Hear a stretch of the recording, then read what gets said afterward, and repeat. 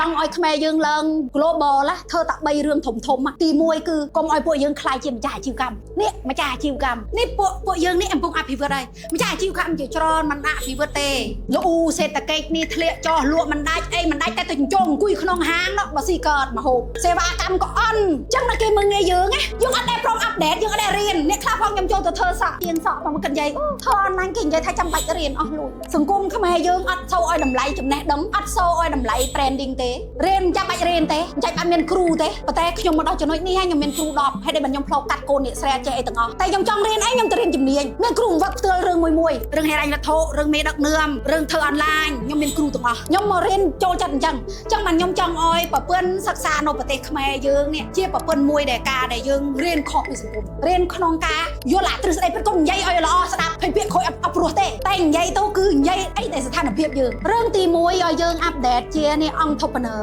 ម្ចាស់អាជីវកម្មដែលហ៊ានក្លាហានហ៊ានធ្វើហ៊ានខ្លាយជាមេដឹកនាំធ្វើគំរូឲ្យធីមមែនអើយអ្នកខ្លះណាមានកូនក្រុមខ្ញុំមិនបាច់ចាំបាច់ធ្វើអីខ្ញុំមានហើយកូនខ្ញុំទៅនៅអ៊ីតាលីទាំងអស់ហើយមានអ្នកលក់ឲ្យហ្នឹងខ្ញុំចង់ចេញមុខបើសម្រាប់ខូចអ្នកឯងធ្វើអញ្ចឹងអាស្មាននិយមខូចមានអីបន្តិចចេញមកអោយមានអីបន្តិចចេះមិនគឺយើងមិនប្រឹងអភិវឌ្ឍគ្នាមិនប្រឹងអោយគ្នាឲ្យខ្មែរល្អចេះល្អតែមឿតដល់ពេលខ្លះយកតែផលប្រយោជន៍ខ្លួនឯងដឹងអត់ថាខ្មែរយើងខ្សោយចំណេះដឹងអត់មានម្ចាស់អាជីវកម្មណាមួយអោយពិតប្រកបទេខ្ញុំផងស្រាវជ្រាវចង់ធ្វើជំនួយមិនដឹងទៅរកពីតាណាទេនេះអរគុណដែលខ្លួនឯងចេះភាសាអញ្ចឹងបានថាខ្ញុំដាក់កូនក្មេងៗត្រូវរៀនឲ្យចេះ3ភាសាទៅមើលលោកនៅខាងក្រៅតបជិបចំណេះដឹងពិតព្រោះសម័យអ៊ីនធឺណិតអញ្ចឹងបានថាម្ចាស់អាជីវកម្មទៅខ្លានធ្វើអីដែលថ្មីហើយត្រូវតែមានគំនិតច្នៃប្រឌិតរៀនថ្មីមានន័យថាម៉េចរៀនចំណេះដឹងដែលត្រូវការប្រើឲ្យធ្វើលឿននេះម្ចាស់អាជីវកម្មត្រូវអាប់ដេតជា entrepreneur ចេះដឹកនាំមនុស្សចេះគ្រប់គ្រងមនុស្សជាមេដឹកនាំមកអនឡាញគឺយើងฝึก skill ដឹកនាំការគិតណាដឹកនាំចិត្តវិញ្ញាណណាមិនរឿងធម្មតាទេណាអញ្ចឹងឲ្យយើងមានអា mindset អញ្ចឹងសិនធ្វើឲ្យ team មើលខូចហេតុអីមកស្ថិត universe creator ទាំងអស់ចេញ branding ឲ្យគាត់ personal ផ្ទាល់ហើយ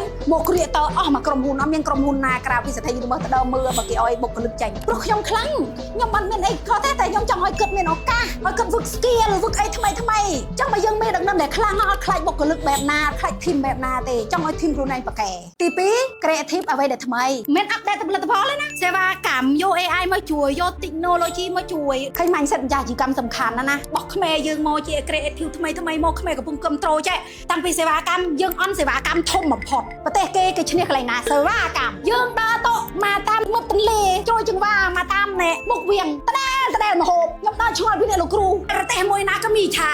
ប្រទេសមួយណាក៏មានឆាយពីខ្ញុំគ្រឹះមែនតែនហ្មងហើយមិនក៏មិនធ្វើអីបែបថ្មី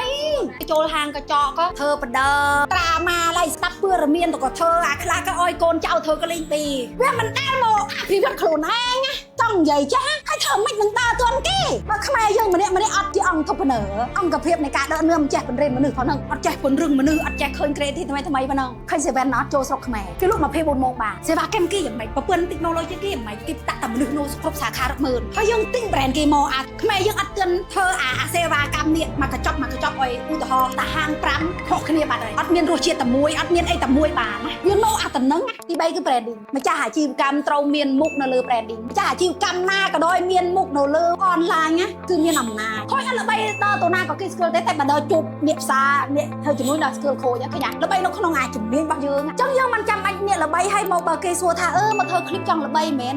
មកធ្វើជាអ្នកល្បីទេតែមកធ្វើឲ្យយើងនេះឈរកន្លែងរបស់យើងឲ្យចង់បង្ហាញអាភើរបស់ខ្លួនឯងចេញមកហើយឱកាសធំមែនតើណាយើងសាងអតិថិជនខ្លួនឯងបានយើងសាងប៉ុស្តិ៍ការលក់របស់ខ្លួនឯងបានយើងមានសិទ្ធិចរចាជាម្ចាស់អាជីវកម្មបើតូចេនណាទៅប្រាប់គេថាយើងមាន CEO branding ឬក៏មានបោះ IP មាន IP គេហៅថា personal brand នេះឬក៏ CEO brand ណាយើងមានសិទ្ធិចរចាមួយរោងចក្របានផលិតផលថោកជាងគេជឿអត់នេះគេយកទៅចរចាណាគេសួរថាចុះបើយើងចង់ corporate ក្រុមហ៊ុនធំមកគេសួរយើងថាទីផ្សារមានលក់ប្រមាណបើយើងមិនជាបោះ IP បានធ្វើយើងមិនតេស្តទីផ្សារដឹងក្នុងប្រាប់ចំនួនគេមិនមែនតែអាជីពយើងអាច corporate ទៅរោងចក្រចរចាគេបានព្រោះក្រុមហ៊ុនមួយដែលគេមក corporate យើងគេសួរលក់នៅហាងណាផ្សារទំនើបអតិថិជនគ្រប់ត្រូលប្រមាណចង់ឲ្យគេមកដាក់ឲ្យតែយើងមួយបើកមកស្រុកខ្មែរឬក៏បើករោងចក្រអីមកបង្ហាញអាធំមានគិតអត់ថា branding សាហាវដែលយើងមានសិទ្ធិអំណាចមានការចរចាហើយវាជាចំណុច neutral ដែលយើងធ្វើឲ្យយើង complex ពី brand ដទៃអញ្ចឹង3នេះឯងដែលខ្ញុំតែងនិយាយធំនេះដែលឲ្យម្ចាស់អាជីវកម្ម update